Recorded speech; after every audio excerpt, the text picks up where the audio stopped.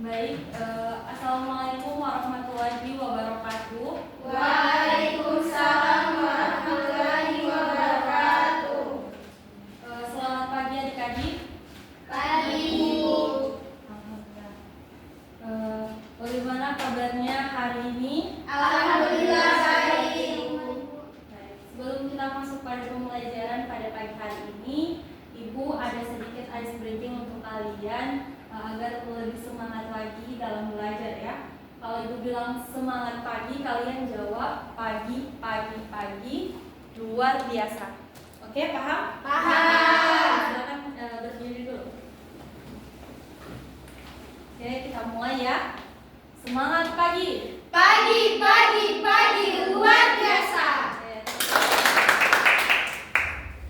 Oke, mulai. Silakan semua barang yang tidak diperlukan disimpan terlebih dahulu agar meja kalian terasi dan fokus belajar. Yang ada di atas meja hanya alat tulis kalian. Minggu lalu kita sudah membahas tentang pengertian dan tujuan dari teks eksposisi.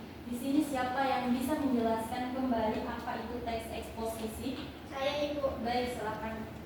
Jadi teks eksposisi itu adalah jenis teks yang bertujuan menjelaskan, menguraikan atau memaparkan informasi, pendapat atau pengetahuan secara logis dan objektif kepada pembaca. Betul sekali. Jadi teks eksposisi adalah karangan yang menjelaskan informasi berdasarkan fokus dan logika secara objektif. Sekarang siapa yang bisa menjelaskan apa tujuan dari teks eksposisi? Saya Ibu. Oke, silakan dulu. Tujuan dari teks eksposisi yaitu memberikan pemahaman yang lebih baik tentang suatu topik atau isu kepada pembaca. Ya, betul sekali. Jadi tujuannya adalah untuk memberikan pemahaman kepada pembaca mengenai topik tertentu tanpa memberikan opini.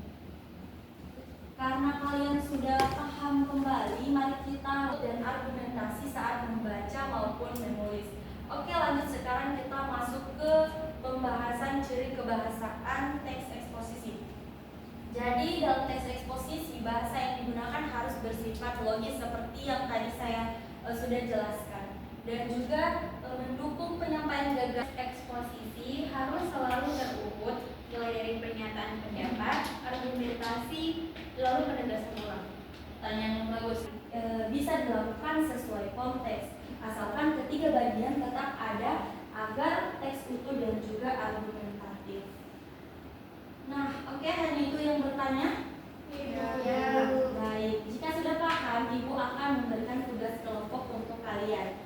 Jadi sekarang kalian bagi menjadi dua kelompok. Jadi kelompok pertama itu yang bagian pertama saja, yang di barisan pertama, dan yang kelompok dua yaitu barisan kedua.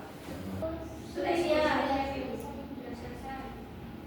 Baik, untuk kelompok satu dipersilakan untuk mempresentasikan hasil diskusi kalian.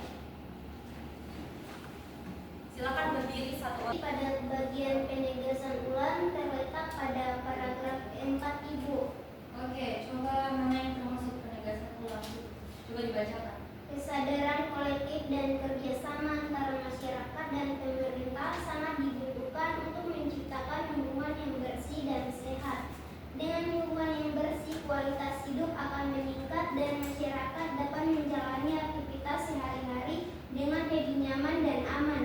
Kebersihan lingkungan adalah cerminan dari budaya dan peradaban suatu masyarakat, sehingga harus dijaga dengan penuh tanggung jawab. Bagus. Oke. Terakhir.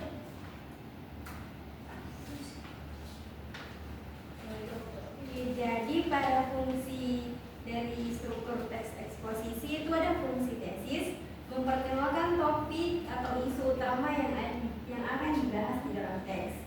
Yang kedua, fungsi argumentasi, menjelaskan alasan, bukti atau contoh yang mendukung. Dan yang terakhir, penegasan ulang, menguraikan kembali tesis atau pendapat. Oke. Sekarang kita lanjut ke kelompok 2 untuk mempresentasikan hasil diskusi kalian. Silakan berdiri. Ya, jadi soalnya itu temukan dan tandai masing-masing contoh dari ciri kebahasaan dalam teks tersebut. Yang pertama ada kata teknis, itu terdiri dari teknologi, media sosial dan smartphone. Kemudian konjungsi itu terdiri dari karena, oleh karena itu, dan pronomina terdiri dari mereka, remaja ini, dan hari ini. Oke.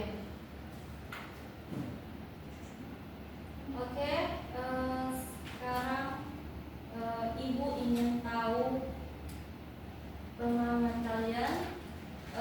Oke, sekarang Ibu ingin tahu pemahaman kalian secara individu. Ibu akan memberikan pertanyaan cepat ini untuk nilai pribadi ya, bukan nilai kelompok. Baik Ibu. Langsung saja ke pertanyaannya. Apa yang dimaksud dengan teks eksposisi? Silakan. Oke. Jadi teks eksposisi adalah paragraf atau karangan yang isinya menjelaskan informasi tertentu secara logis dan sistematis. Bagus sekali. Sekarang pertanyaan kedua. Sebutkan 3 ciri teks eksposisi. Saya Ibu. Oke, silakan. Bersifat informatif, objektif, dan menggunakan bahasa baku. Oke, bagus. Sekarang pertanyaan terakhir. Sebutkan struktur dari teks eksposisi beserta fungsinya secara singkat. Saya Ibu. Oke, silakan. Yang pertama ada pernyataan pendapat, di mana itu adalah gagasan awal atau argumentasi yang berisi alasan dan data pendukung. Kemudian ada penegasan ulang yang merupakan bagian penutup yang memperkuat pendapat. Bagus sekali. Jadi kamu sudah memahami dengan tepat bagian-bagian penting dalam teks eksposisi. Perlu diingat pada bagian argumentasi selain alasan, kita juga bisa menambahkan contoh atau fakta yang relevan agar pendapat kita lebih kuat dan meyakinkan. Oke, baiklah. Dari tepuk tangan dulu. Sebelum kita akhir, juga memiliki ciri kebahasaan khusus seperti penggunaan istilah teknis, konjungsi logis, kemudian kata kerja mental, kata rujukan, kata persuasif, dan kata denotatif. Dengan memahami struktur dan ciri kebahasaan ini, kalian akan lebih mudah dalam membaca, menganalisis, dan membuat teks eksposisi yang baik dan benar. Baik, Ibu ingin memberikan apresiasi untuk satu kelompok yang hari ini sangat aktif dan kompak dalam bekerja sama. Jadi selamat kepada kelompok 1. Biasa. Jadi sebagai bentuk penghargaan Ibu kasih snack. Jadi untuk kelompok 2 itu jangan patah semangat. Pertemuan berikutnya usahakan kalian yang dapat. Oke? Oke, terima kasih Ibu. Ya, sama-sama. Baik, Ibu ucapkan terima kasih kepada kalian semua atas partisipasinya dan perhatiannya hari ini. Sampai jumpa pada pertemuan berikutnya. Wabillahi taufiq wal hidayah. Wassalamualaikum warahmatullahi wabarakatuh. Waalaikumsalam warahmatullahi wabarakatuh.